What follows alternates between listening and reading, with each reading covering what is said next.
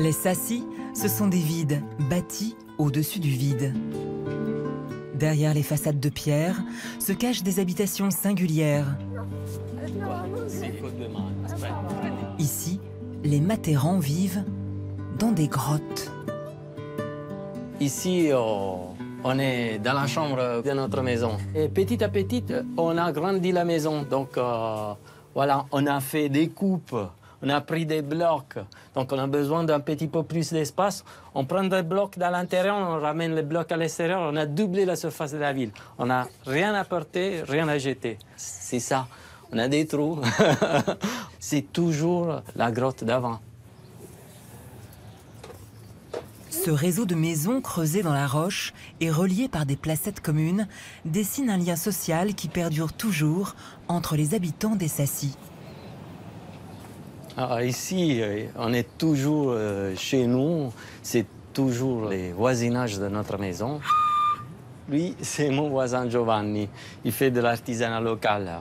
C'est pas possible de dire je suis chez moi, je suis chez lui, parce que il faut partager pour survivre dans la ville de Matera. Donc, on est toujours dans le même espace, on a toujours des vies différentes.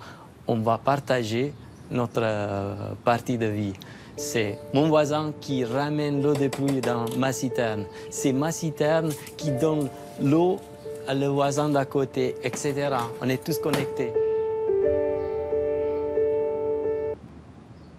Depuis une trentaine d'années pourtant, les sassi ont peu à peu repris vie. Un élan renforcé par leur inscription au patrimoine de l'humanité en 1993.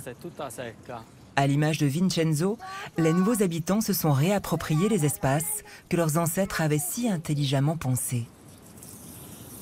Moi, j'ai décidé d'être de retour dans la vieille ville parce que c'est un livre d'histoire. On est survécu au siècle, à partir du paléolithique jusqu'à aujourd'hui. Donc, il y a un secret de ce village, il y a un héritage à préserver.